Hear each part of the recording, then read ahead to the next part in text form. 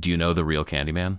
Not the urban legend your parents used to scare you away from Halloween candy. Not Dean Corll from the 70s, the one buried in a deathbed confession inside Jack Stane's Asylum Confessions. He was patient. 962, a dying serial, the killer on the ward, where the night nurse Jack. Stane sat with the worst of the worst, offering them one last deal. Tell me your darkest truth, and it'll make your passing easier. The man they called the Candyman smiled through cracked lips and started talking. He said he never needed a van or a factory. He just needed trust. Every Halloween, every birthday party, every school fair he was there. Quiet, polite. Guy handing out sweets from a worn paper bag. But his candy wasn't just sugar.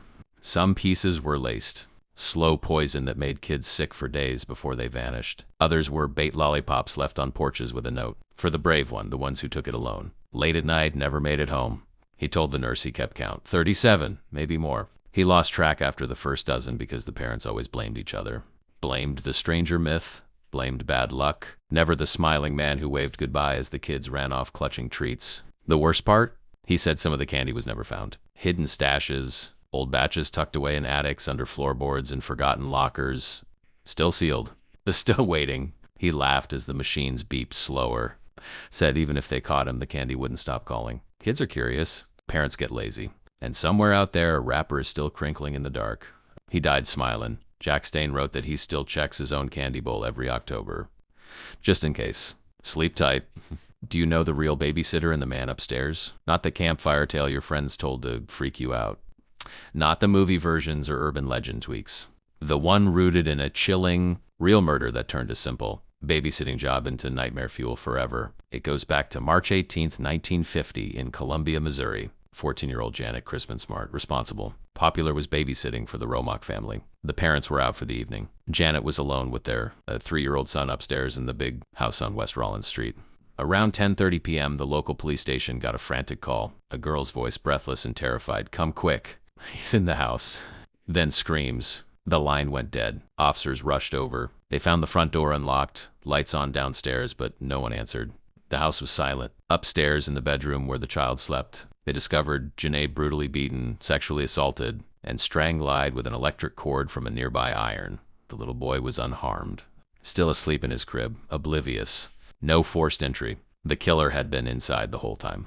Janet must have let him in, or he was already there, hiding, waiting. Footprints in the basement suggested someone had lurked below, perhaps entering through a coal chute. Phone records showed the call came from inside the house. Suspicion fell on Robert Mueller, a 27-year-old acquaintance of the family who'd been to the house before. He had scratches on his face the next day, claimed from a cat. But evidence was thin, no fingerprints, no witnesses, no confession. The case went cold. Janet's killer was never caught. That single phone call became the seed for the legend. The babysitter getting creepy calls to check the children, the voice getting closer. The twist that the calls are coming from inside the house. Real terror twisted into folklore. Parents still tell variations to warn their teens. But Janae's story isn't fiction. Like, she was real. She was alone. And someone was already upstairs. Sleep tight.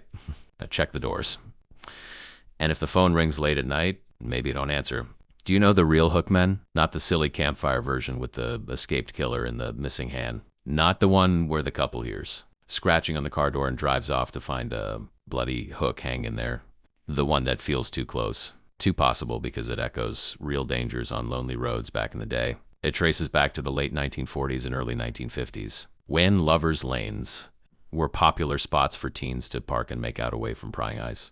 But those spots weren't always safe. Reports started circulating, especially in the Midwest and along highways, of couples attacked by strangers lurking in the dark. One chilling case often linked as inspiration happened in 1946 near Texarkana, and the infamous Phantom Killer or Texarkana Moonlight Murders over several months. An unknown assailant targeted couples in parked cars on remote roads. He used a gun, sometimes an iron pipe, and left survivors describing a masked figure. In one attack, he tied up a couple, assaulted the woman, then shot them both, but they survived long enough to tell the tale. Another pair was murdered in their car, the killer never caught. The terror was real. Newspapers warned young people not to park alone. Parents locked doors earlier, and the legend grew. The hook twist? It likely came from warnings parents gave their kids. If a killer's loose with a hook hand, maybe from a farm accident or war injury, he'll scratch at your car door trying to get in. The scratching sound became the hook itself, and the story proof that danger was right there, inches away.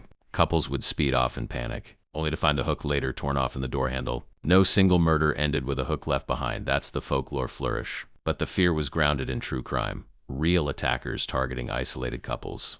Real unsolved cases, real nights when just parking for a bit turned deadly. To this day, some old-timers in those areas still say, don't park on dark roads. You never know who's listening or scratching. Sleep tight, lock the doors, and if you hear scraping metal outside, drive.